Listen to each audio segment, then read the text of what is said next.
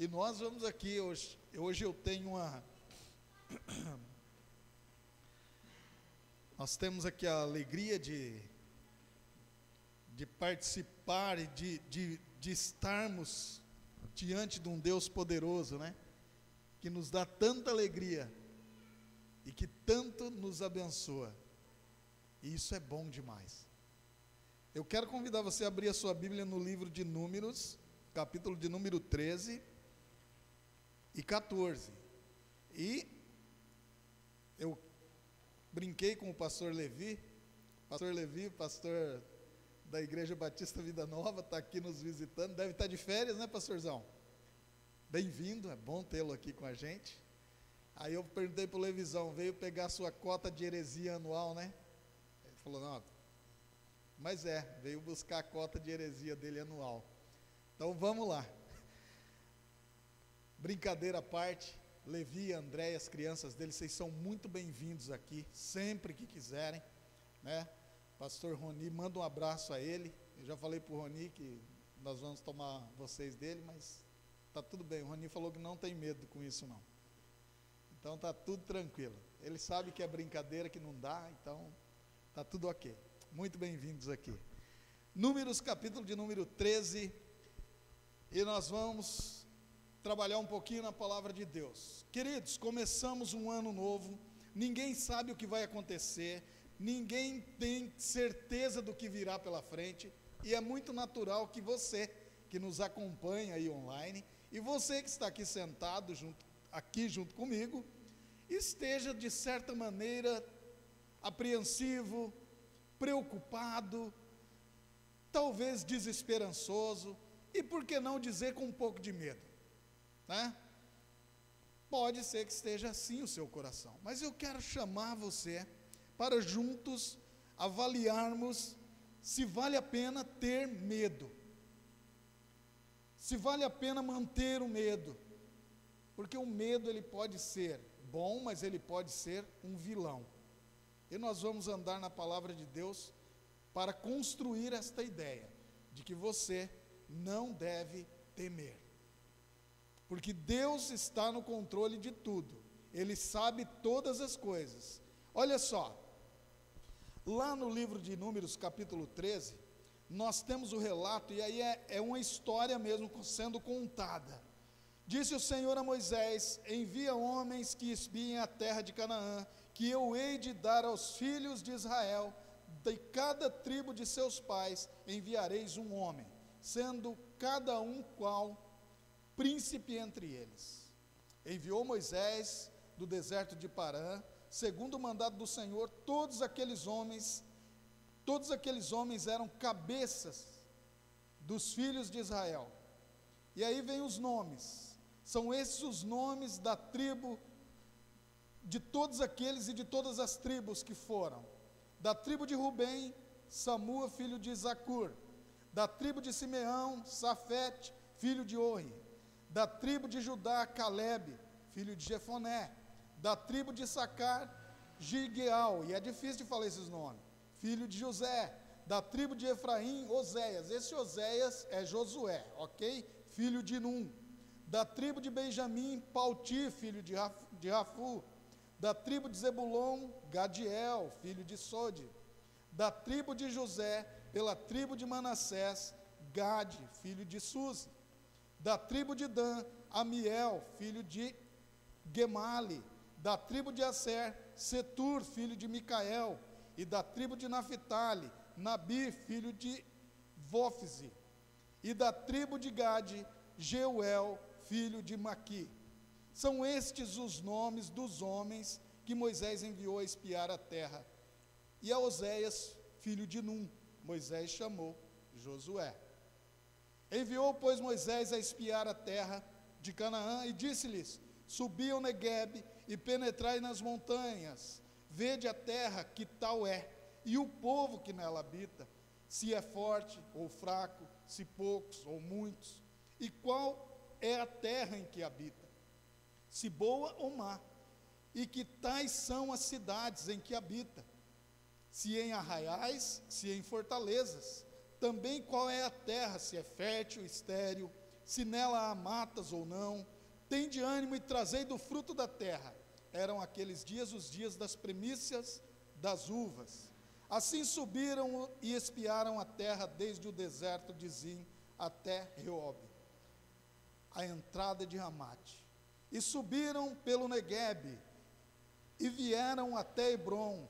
Estavam ali Aimã, Sesai e Talmai, filhos de Anak. Hebrom foi edificada 7 anos antes de Zoan, no Egito. Depois vieram até o vale de Escol, e dali cortaram um ramo de vide com um cacho. E aí segue, com um cacho de uvas, o qual trouxeram 2 homens numa vara, como também romãs e figos. Esse lugar se chamou o Vale de Escol, por causa do cacho que ali cortaram os filhos de Israel. Então eles andaram, foram lá, fizeram o que tinham que fazer, e agora eles voltam. Chega a parte do relatório. Ao cabo de 40 dias, voltaram de espiar a terra. Caminharam e vieram a Moisés e a Arão e a toda a congregação dos filhos de Israel, no deserto de Parã e Cádiz. Deram-lhe conta a ele. Vou ter que tirar o óculos aqui, que ele embaçou, não estou enxergando nada. A eles e a toda a congregação, e mostraram-lhes o fruto da terra. Relataram a Moisés e disseram: fomos à terra a que nos enviaste, e verdadeiramente mana leite e mel. Este é o fruto dela. O povo, porém, que habita nesta terra é poderoso, e as cidades muito grandes e fortificadas. Também vimos ali os filhos de Anak. Os amalequitas habitam na terra do Neguebe. Os heteus, os jebuseus, os amorreus habitam na montanha. Os cananeus habitam ao pé do mar e pela ribeira do Jordão. Então Caleb fez calar o povo perante Moisés e disse: eia, subamos e possuamos a terra, porque certamente prevaleceremos contra ela. Porém, os homens que com ele tinham subido disseram: não poderemos subir contra aquele povo, porque é mais forte do que nós. E diante dos filhos de Israel, infamaram a terra que havia espiado, dizendo: a terra pelo meio da qual passamos a espiar é terra que devora os seus moradores, e todo o povo que vimos nela, homens de grande estatura. Também vimos ali gigantes, os filhos de Anak são descendentes de gigantes, e éramos aos nossos olhos como gafanhotos, assim também o éramos aos seus olhos. Queridos, nesta primeira parte, e indo para o capítulo 14, eu quero chamar a atenção do que o medo é capaz de fazer com as pessoas. Eles foram enviados para um lugar, para ver uma terra que já era deles, estava prometida por Deus, Deus já havia dado, mas eles voltam e trazem notícia de que a terra era de fato, como Deus tinha dito, que manava leite e mel. A terra era muito boa, mas eles olharam para onde eles não deveriam olhar, para os problemas. Eles deixaram de observar o que eles tinham que observar, e é exatamente isso que o medo faz. Quem nunca sentiu medo? Quem nunca passou por um momento em que as pernas bambearam? Todos nós. O medo, ele pode fazer com que problemas aparentemente pequenos se tornem grandes. O medo, guardadas proporções, ele pode trazer solução, ele pode te trazer livramento. A isso nós chamamos de prudência. Mas o medo fora da casinha, digamos assim, ele vai atrapalhar a sua vida. E foi isso que aconteceu com os espias. O medo deles fez com que eles olhassem mais para o problema do que para a bênção que Deus tinha para eles. Vejamos aqui algumas atitudes. O medo fez com que os espias esquecessem as coisas boas que viram na terra de Canaã. Os versos 27 e o verso 32 mostra claramente isso. Eles viram e provaram do fruto que tinha naquela terra, eles viram que a terra era boa, mas eles se esqueceram de tudo isso. E eu e você fazemos a mesma coisa. Os espias colheram e comeram das delícias daquela terra enquanto andavam por ela, mas eles se esqueceram. No relatório, eles ficaram olhando apenas para o problema. Uma outra atitude que mostra os espias aqui é que o medo fez com que os espias enfatizassem mais o tamanho do problema do que a bênção a ser conquistada naquela terra.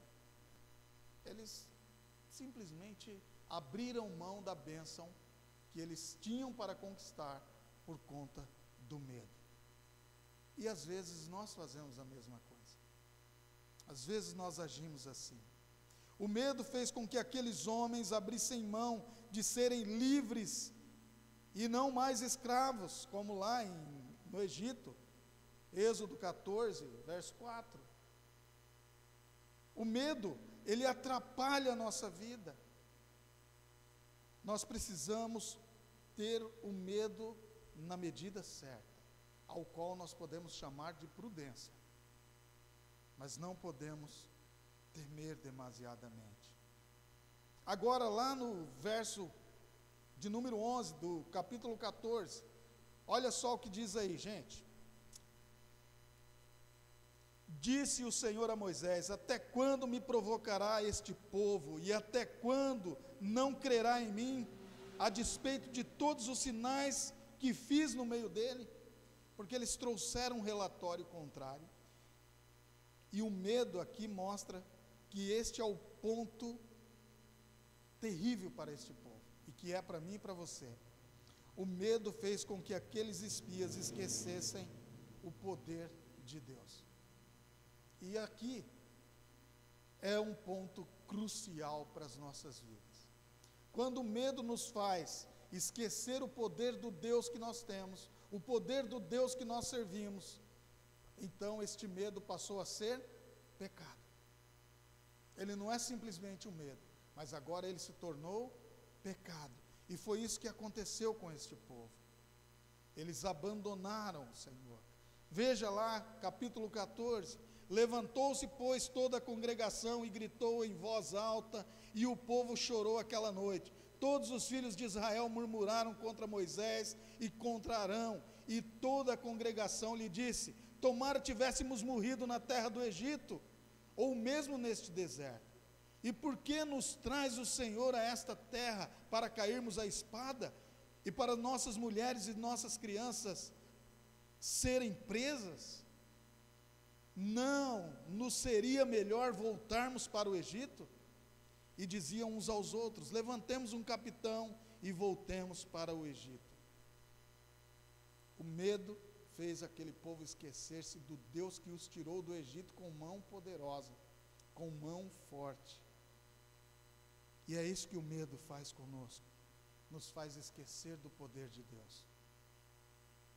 E este medo é pecaminoso. Outra coisa que o medo faz: o medo fez com que os espias desobedecessem a Deus. O verso de número 31 até o 33, do capítulo 13, depois no capítulo 14, os versos 4 e os versos de 9 a 10. Nós lemos aqui até o 5, veja aí o 6.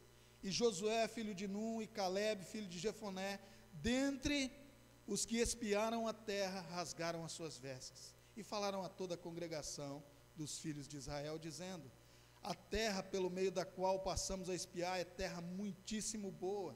Se o Senhor se agradar de nós, então nos fará entrar nela. Ele nos dará esta terra que mana leite e mel. Tão somente não sejais rebelde contra o Senhor, e não temais o povo dessa terra, porquanto como pão o podemos devorar. Retirou-se deles o seu amparo. O Senhor é conosco, não temais. Apesar disso, toda a congregação disse que os apedrejassem. O medo fez com que aquele povo desobedecessem a Deus. Você pode ter medo dentro da medida ao qual nós chamamos de prudência, mas você não pode ter medo que o faça esquecer do poder do seu Deus. Aí isto é pecado. Você não pode ter medo que o faça desobedecer ao seu Deus, porque isto também é pecado. E é isto que o medo causou na vida deste povo. Eles desobedeceram a Deus por medo. E este é o perigo para nós, para mim e para você.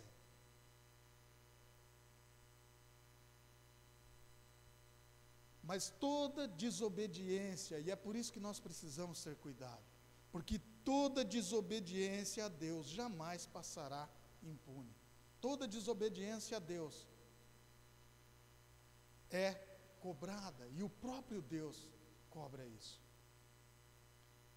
E é isso que nós vemos no texto seguinte, capítulo 14, dos versos 28 ao 35. O Senhor disse: dize-lhes, por minha vida, diz o Senhor, que como falastes aos meus ouvidos, assim farei a vós outros. Neste deserto cairá o vosso cadáver, como também todos os que de vós foram contados segundo o censo, de 20 anos para cima, os que dentre vós contra mim murmurastes. Não entrareis na terra a respeito da qual jurei que vos faria habitar nela, salvo Calebe, filho de Jefoné, e Josué, filho de Num.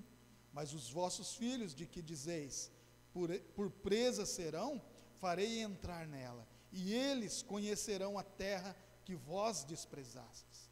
Porém, quanto a vós outros, o vosso cadáver cairá neste deserto. Vossos filhos serão pastores neste deserto 40 anos, e levarão sobre si as vossas infidelidades, até que o vosso cadáver se consuma neste deserto. Segundo o número de dias que espiastes a terra, 40 dias, cada dia representando 1 ano, levareis sobre vós as vossas iniquidades, 40 anos, e tereis experiência do meu desagrado. Eu, o Senhor, falei, assim farei a toda esta má congregação que se levantou contra mim neste deserto. Se consumirão e aí falecerão.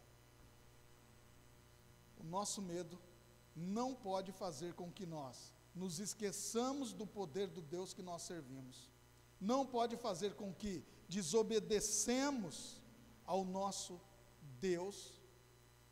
Este medo não é bom, ele é pecaminoso. E quando a gente lê esta passagem, desavisadamente, parece que o povo só não quis ir para uma guerra. Parece que o povo só não quis tomar posse de uma terra que já era promessa. Mas não era isso. O que é que Deus estava fazendo com o povo de Israel? Era o seu povo, era Deus propondo o caminho para a vinda do Messias, e a cada falha, a cada problema, era Deus corrigindo, aplanando, ajustando a estrada para o Messias, para o plano perpétuo, o plano divino, desde a eternidade. Por isso, a tua vida, a minha vida, a nossa vida, ela não é um acaso, ela não é isolada de toda a história da redenção. Este fracasso deste povo, esta desobediência do povo, não foi uma desobediência simples, mas foi uma desobediência com consequências no plano, no propósito eterno de Deus, no qual eu e você nos encaixamos. Porque a linhagem do Messias, a semente, sairia deste povo. Entendem? Nós nunca poderemos olhar para uma passagem bíblica isoladamente, porque há uma história sendo contada desde o Éden, desde a queda do homem.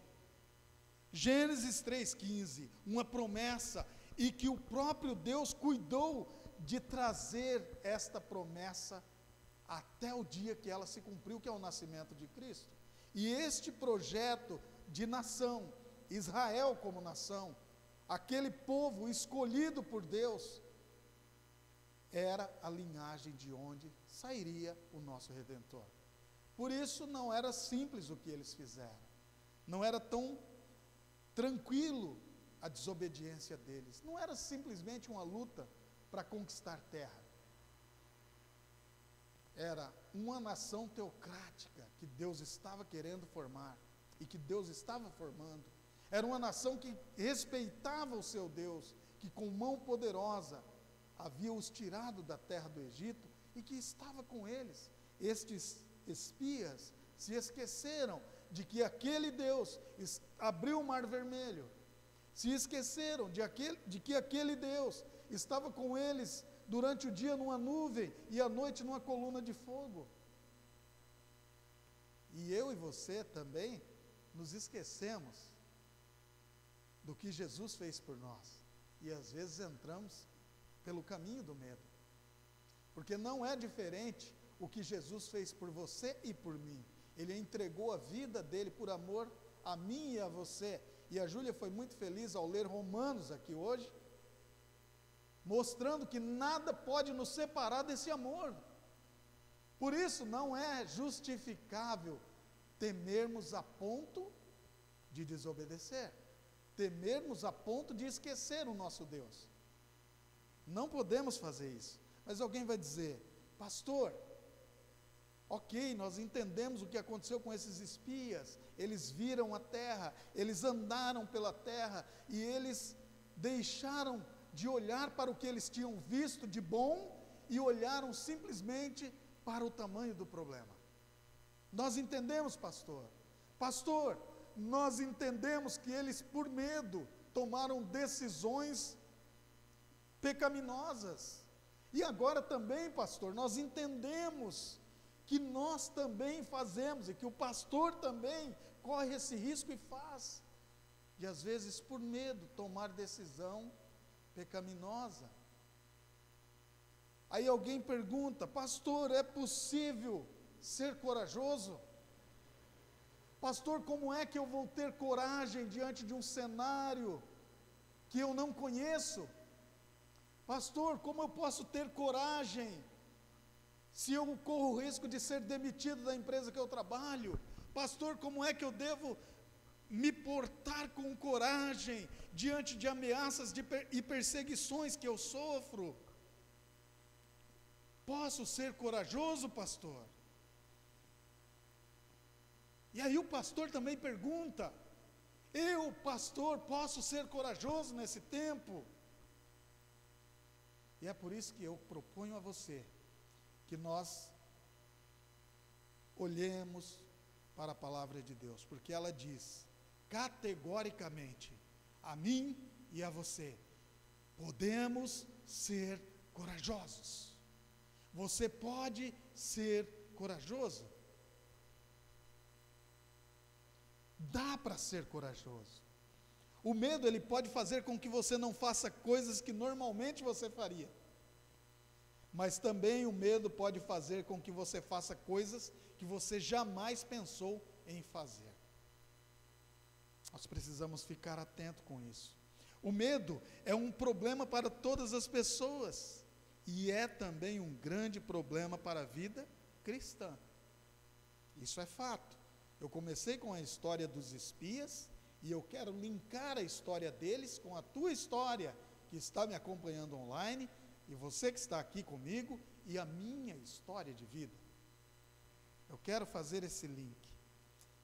A palavra de Deus é a fórmula, o antídoto contra o medo. Por isso eu amo tanto a palavra de Deus. E Paulo sabia muito bem disso. Eu disse essa semana, ou a semana passada, a alguém, que eu, longe da palavra de Deus, eu seria um forte candidato à depressão, a viver constantemente com depressão. Eu seria um depressivo contumaz. Eu seria um forte candidato. E o que não me faz cair nesta depressão continuamente? A palavra de Deus. que a cada manhã renova o meu ânimo, trabalha e trata o meu espírito e me traz esperança. É por isso que eu amo a palavra de Deus. É por isso que eu digo a vocês, nós precisamos viver na palavra. Ame a sua Bíblia, ame a sua Bíblia, leia a sua Bíblia com fervor, com amor, porque nela está a receita contra a ansiedade. Ela é um ansiolítico, né?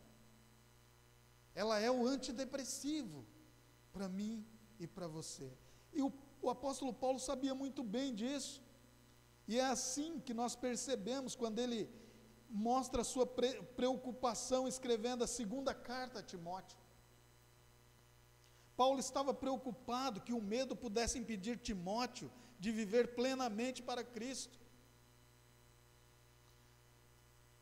Quando Paulo está escrevendo esta carta, nós precisamos pensar no seguinte: o imperador Nero estava agindo irracionalmente como um louco naquele período. Ele tinha acabado de incendiar Roma e tinha botado a culpa nos cristãos. O próprio apóstolo Paulo, que está escrevendo a Timóteo, estava preso na antessala da morte, indo para o martírio. Então era natural que Timóteo, seu filho na fé, estivesse preocupado e com medo. E o apóstolo Paulo trabalha isso com ele. A perseguição estava verdadeiramente se intensificando. E com esse cenário, Paulo entendeu que o medo poderia paralisar Timóteo. E então ele cuidou de encorajá-lo. Vocês estão entendendo? A Bíblia não é textos soltos, jogados lá. São a palavra de Deus viva, entrando e penetrando no meu coração, no seu coração, para nos encorajar nos dias de lutas, nos dias de tristezas, nos dias de aflições. E é com base nisso que o apóstolo Paulo escreve a Timóteo, 2 Timóteo capítulo 2, verso 1, Tu, pois, filho meu, fortifica-te na graça que está em Cristo Jesus. Se você quiser ser corajoso, fortifica-te na graça que está em Cristo Jesus. Dioturnamente, graça sobre graça, que o nosso Cristo Jesus nos traz. E aí, Paulo continua dizendo a Timóteo: olha, filho meu, você pode andar corajosamente, porque Deus não nos tem dado espírito de covardia, mas de poder e de amor e de moderação, 2 Timóteo capítulo 1, o verso de número 7. Note que Paulo não está falando para Timóteo confiar na força do próprio Timóteo. Paulo não está falando para Timóteo que não haveria perseguição. Paulo não está falando para Timóteo que não haveria problema, assim como Deus também não disse aos espias que não encontrariam problema. Deus manda separar aqueles homens e ir àquela terra, olhar a terra, e de fato eles iriam encontrar obstáculos. Deus sabia disso, e é o que Deus está dizendo a mim e a você nessa noite. O ano de 2023 se levantará obstáculos para você. Alguns momentos de aflições também sobrevirão. Mas tenha coragem, seja corajoso, porque não foi dado a vocês espírito de covardia. E por isso, não permita que o seu medo do futuro impeça você de obedecer plenamente a Deus no dia de hoje. Você não pode permitir que o medo faça com que você desobedeça a Deus. Você não precisa deixar-se paralisar pelo medo. O Espírito Santo habita em você. E porque nós não devemos nos desesperar ao ponto de temer e até desobedecer a Deus, porque nós não recebemos um espírito de escravidão para vivermos outra vez atemorizados, mas nós recebemos o espírito de adoção, baseados no qual clamamos, Abba, Pai. Romanos capítulo 8, verso de número 15. o Espírito Santo em mim e em você nos faz viver corajosamente. Note que a força aqui não está em você. Note que a força aqui não está na tua inteligência, mas em Deus. O mundo vai dizer que a chave para a coragem é a confiança em si mesmo, mas a palavra de Deus diz que a sua confiança deve estar em Cristo Jesus e no poder do Espírito Santo. Há muitos cursos, se você pesquisar na internet hoje, sobre autoestima. Isso não vai te proteger do medo, porque confiar em você mesmo é a chave para a derrota, porque você vai falhar. Se eu confiar em mim mesmo, a chave para a minha derrota, porque eu vou falhar. E se eu falhar, quem poderá me socorrer? É por isso que a minha esperança, o motivo para eu ser corajoso, não está na minha força, mas está no poder daquele que me salvou, Cristo Jesus, e que me deu o selo da promessa, e aquele que não me deixou órfão, que habitou, fez habitar em mim o Espírito Santo. Por isso você pode ser corajoso. Pastor, como eu faço para ser corajoso? Dá para ser corajoso? Dá, nós já vimos aqui pela palavra de Deus. Mas o que eu posso fazer? Vai uma segunda dica a você, para não agir como os espias agiram no ano de 2023. Guardar o seu coração. Guarde o seu coração. Essa é a chave para vencer o medo. O medo, ele brota no nosso coração e então nós somos tomados de dentro para fora. E aí nós estamos acabados. As circunstâncias da vida de um crente não são tão diferentes da vida de um incrédulo. Já parou para perceber? As lutas que o incrédulo enfrenta são muito parecidas com a que o crente enfrenta. Mas as reações de um crente às circunstâncias da vida devem ser completamente diferentes das reações de um incrédulo. As situações podem ser igual, mas as reações têm que ser diferentes. Esta é uma forma de você guardar o seu coração. A Bíblia não tenta esconder o fato de que na vida seríamos açoitados por aflições. João 16:33, o próprio Jesus falou: no mundo passais por aflições.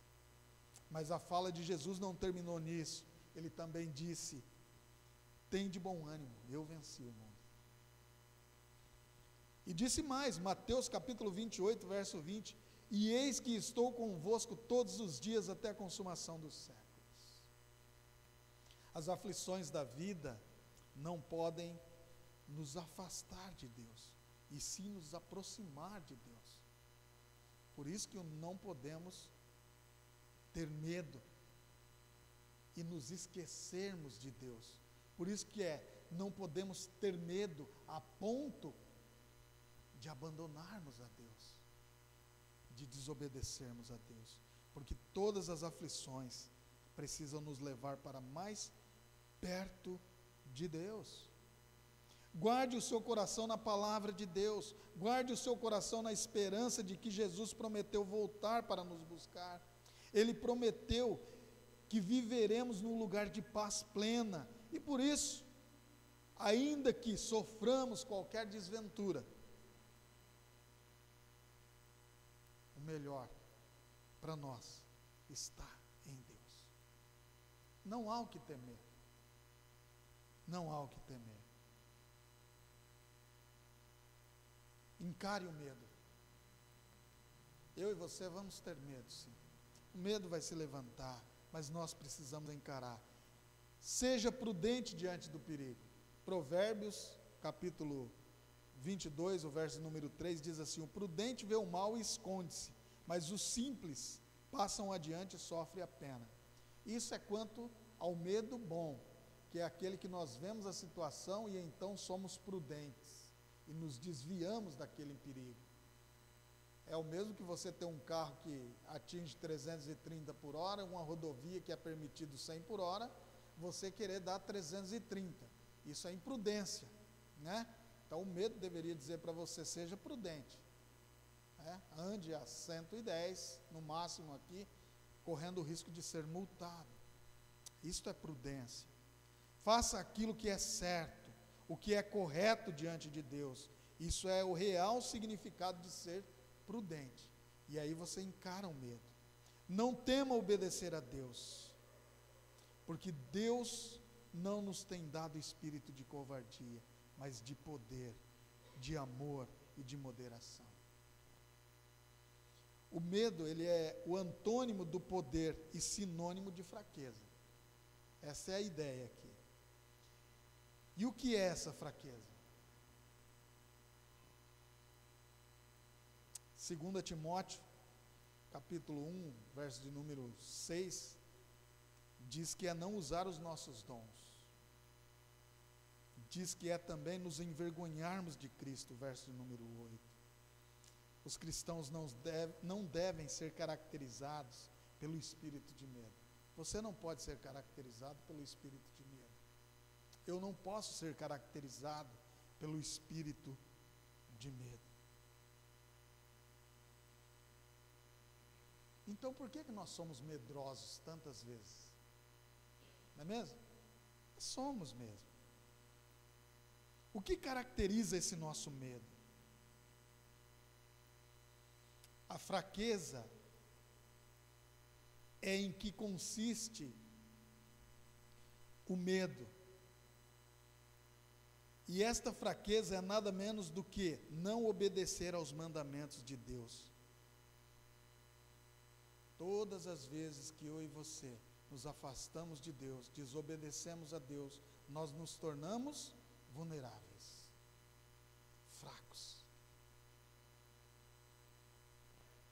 É por isso que nossa vida precisa estar constantemente em Deus, clamando por graça, por misericórdia.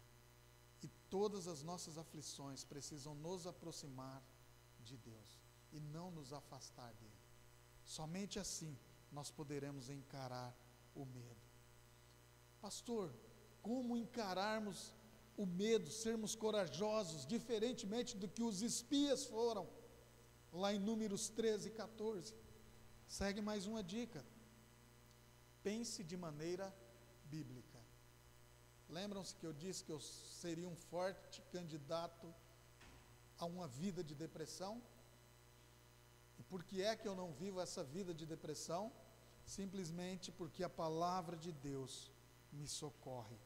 Pensar de maneira bíblica é a principal arma do crente contra o medo. O povo que conhece ao seu Deus se tornará forte e ativo. Quem disse isso é Daniel, no capítulo 11, o verso número 32. O povo que conhece o seu Deus se tornará forte e ativo. Filipenses capítulo 4, verso 4. Alegrai-vos sempre no Senhor, outra vez vos digo, alegrai-vos no Senhor. Faça do Senhor a sua verdadeira alegria, permita que seu coração sinta-se pleno pelo simples fato de estar cheio do poder de Deus na sua vida, através do Espírito Santo se movendo em você. Finalmente, irmãos, pensar biblicamente significa pensar em tudo que é verdadeiro, tudo que é respeitável, tudo que é justo, tudo que é puro, tudo que é amável, tudo que é de boa fama. Se alguma virtude há e se algum louvor existe, seja isso o que ocupe o vosso pensamento. Paulo, Filipenses capítulo 4, verso de número 8.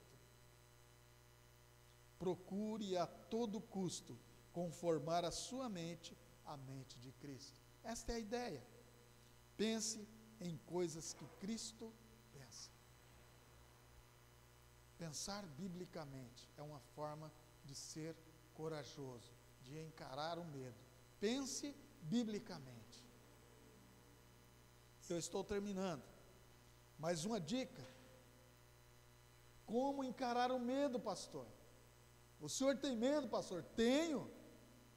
Nós também, pastor. Como vamos encarar? Pense como um crente fiel.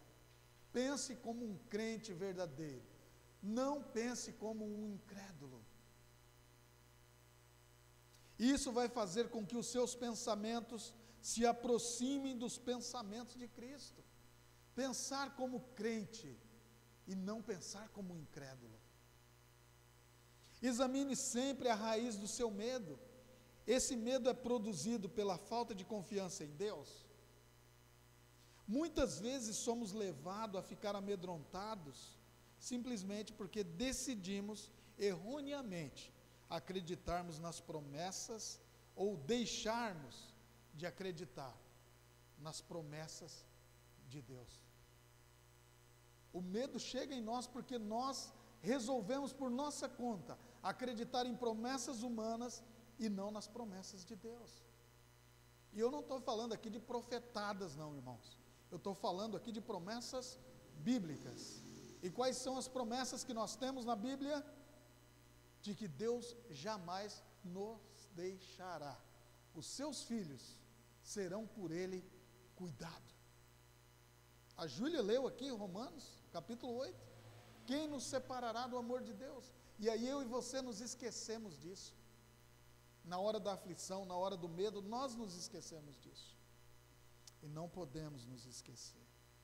O pântano da desconfiança só poderá ser vencido através de um retorno à confiança nas promessas de Deus. Isso não sou eu quem criou, não. Isso quem disse foi John Bunyan, no seu livro O Peregrino. Assim é para nós também. Se quisermos sair do pântano do medo, precisamos recorrer às promessas de Deus. A questão é que elas só serão úteis se realmente crermos nelas. Precisamos crer nas promessas de Deus. Sabemos que todas as coisas cooperam para o bem daqueles que amam a Deus, daqueles que são chamados segundo o seu propósito. Romanos capítulo 8, verso 28. E se tudo na nossa vida é para o propósito divino, certo é que Deus está trabalhando em nós para que isso se concretize. E por que temer as aflições que estamos enfrentando? Deus está trabalhando em nós e através de nós para nos conformar, para nos colocar, para nos fazer conforme aquilo que Ele quer fazer, que é o seu propósito, nos tornar parecido com Cristo. Quem aqui quer ser parecido com Cristo? Pode responder, gente. Quem quer? Eu quero também. Bom, então agora vem a parte difícil. Pare de reclamar das aflições que está enfrentando, porque estas aflições é o que está movimentando você, dando as fibras necessárias para que você se torne parecido com Cristo. Por que temer? Para que temermos? E aí eu quero fazer uma pergunta aqui. Como temos lidado com as oportunidades que Deus tem colocado diante de nós? Como temos agido diante das adversidades do dia a dia? Como temos olhado para os nossos problemas diários? Lembremos, o propósito divino é nos tornar parecido com Cristo, não é mesmo? Como é que nós estamos agindo, lidando com tudo isso? Não tem jeito mesmo, meu óculos não foi não, ele não quer. Como temos olhado para as nossas crises? Talvez você esteja no meio de uma terrível batalha hoje. Pode ser que ela esteja de fato pesada para você. Pode ser que em alguns momentos você pense que o inimigo está prevalecendo. Mas eu quero dizer a você, não desanime. Eu quero dizer a você, Deus é maior do que essa batalha que você está enfrentando. Eu quero dizer a você que Deus é maior do que esta ansiedade que está se instalando no seu coração. Eu quero dizer a você que Deus é maior do que os problemas que se levantarão contra você no ano de 2023. E isso não sou eu, o pastor Cláudio, quem está dizendo, mas é a palavra de Deus. Ela nos mostra isso, que o nosso Deus, Ele é um Deus onisciente, onipresente e onipotente. E você só precisa lembrar disso. Ele é um Deus que já provou o seu amor. E você talvez pense, mas Ele é tudo isso, pastor, mas Ele não me ama a ponto de cuidar de mim. Ele já provou que te ama a ponto de cuidar de você. Quando Cristo Jesus veio a esta terra, entregou-se por você, remindo a sua vida, trazendo você das trevas para a salvação, em Cristo Jesus, colocando-o como filho diante do Deus Pai. Ele não faria estas coisas menores por nós? Ele faria. Lembre-se que você é que possui a promessa de vitória, e não os problemas. É você, a promessa foi feita a você. Porque em Cristo Jesus nós somos mais que vencedores. Mais que vencedores em Cristo Jesus. Saiba que o problema maior em nossas vidas não é a presença do inimigo, não é a presença de problemas. O maior problema na nossa vida é estarmos sem a presença de Deus. Esse é o problema insolúvel nosso. Firme-se com Deus, firme-se na palavra de Deus. Lembre-se do apóstolo Pedro, pediu a Jesus que queria andar ao encontro dele sobre as águas, e Jesus então disse a Pedro, venha, e Pedro então lançando-se do barco, foi, e enquanto Pedro olhava para Cristo, ele continuava andando sobre as águas. E o momento em que Pedro para de olhar para Cristo e começa a olhar para o tamanho das águas, para o barulho que aquelas ondas faziam, Pedro então começa a afundar. É o momento que eu e você deixamos de olhar para Cristo e começamos a olhar para os problemas, começamos a olhar para nós mesmos. Este é o momento em que nós começamos a naufragar no medo, a naufragar na ansiedade, a naufragar na depressão. Precisamos fitar os nossos olhos em Cristo. Precisamos fitar os nossos corações no poder de Cristo. Precisamos andar pelo poder do Espírito Santo. Seja corajoso. Guarde o seu coração. Encare o medo. Pense biblicamente. Pense como um verdadeiro crente. E por fim, não se distraia, um minuto sequer, porque é tempo suficiente para você tirar os olhos do poder de Deus, de quem é poderoso para te sustentar, e mergulhar na fragilidade da sua intelectualidade, da sua força física e da sua debilidade em lidar com problemas. Não se distraia. E como é que nós não nos distraímos? O apóstolo Paulo também nos ensina. Com os nossos pensamentos no que devemos pensar. Olhando para a nossa pátria celestial. Os pés na terra, mas a nossa cabeça no céu. Orando o tempo todo. Contando com a graça de nosso Senhor Jesus Cristo o tempo todo, sem distrações. Ah, pastor, mas eu estou trabalhando, como é que eu vou orar? Eu costumo chamar de oração de um fôlego. A oração de um fôlego é você ter uma oração muito pequena, mas que faz você lembrar de quem é o seu Deus, de como Ele está com você, de como Ele cuida de você. Está lá no meio do trabalho, lembre-se, Senhor, obrigado por esse trabalho que eu estou fazendo, foi o Senhor quem deu, louvado seja o teu nome.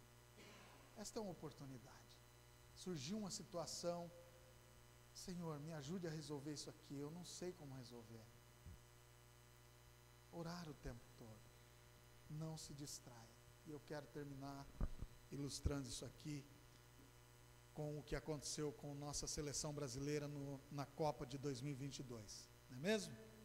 Jogo contra a Croácia, estávamos já no segundo tempo da prorrogação, né? Faltavam apenas 4 minutos para acabar o jogo. A gente já estava com a mão na vaga, um dos pés na vaga. Mas no momento de distração, a seleção brasileira sobe num ataque e perde essa bola naquele ataque, sofre um contra-ataque e toma o gol de empate, que possibilita a Croácia ir para os pênaltis. E nos pênaltis a seleção brasileira é eliminada. Aí, depois, olhando, revisitando a situação do jogo, nós pensávamos, gente, é 4 minutos, tinha que ter colocado os 11 do meio de campo para trás, na linguagem do futebol, tinha que ter fechado a casinha, não precisava vencer por 2-0, precisava vencer por 1-0, era só isso. Então, não se distraia, não que nós estejamos num jogo de futebol, mas a distração pode lhe custar entrar no medo, e o medo pode lhe custar desobedecer a Deus, e desobedecer a Deus de maneira nenhuma ficará por isso mesmo. Deus perdoa pecados, mas Ele não tira consequências. Por isso, encare sem medo. Essa frase não é minha, eu já ouvi ele dizer mais de uma vez, o pastor Jeremias Pereira, né, da 8ª de Belo Horizonte, 8ª Presbiteriana de Belo Horizonte, ele diz, tem uma mensagem dele que ele fala, firme como quem vê o invisível. E eu espero que nós todos tenhamos esta convicção, de andarmos durante o ano de 2023, firmes como quem vê o invisível. Não pelo poder de homens, não pelo poder da nossa força, não pela nossa intelectualidade, mas pelo que a palavra de Deus promete a mim e a você. Dá para ser corajoso? Amém? Em Cristo Jesus nós podemos ser. Na palavra de Deus nós seremos. Amém? Vamos orar. Senhor, louvamos o Teu nome pela Tua palavra. Somos gratos porque o Senhor tem nos dado a esperança de andarmos neste ano novo, de vermos este ano novo, não pelas lentes do mundo, mas pelas lentes da Tua palavra. E que ela nos diz que este ano de 2023 não nos trará nada que o Senhor não permita que sobrevenha a nós. A Tua palavra nos diz que nós não enfrentaremos nada sozinho, porque o Senhor estará conosco. A Tua palavra nos garante que o Senhor nos ama incondicionalmente. A Tua palavra nos garante que o Senhor sustentará e guardará as nossas vidas nas Tuas mãos.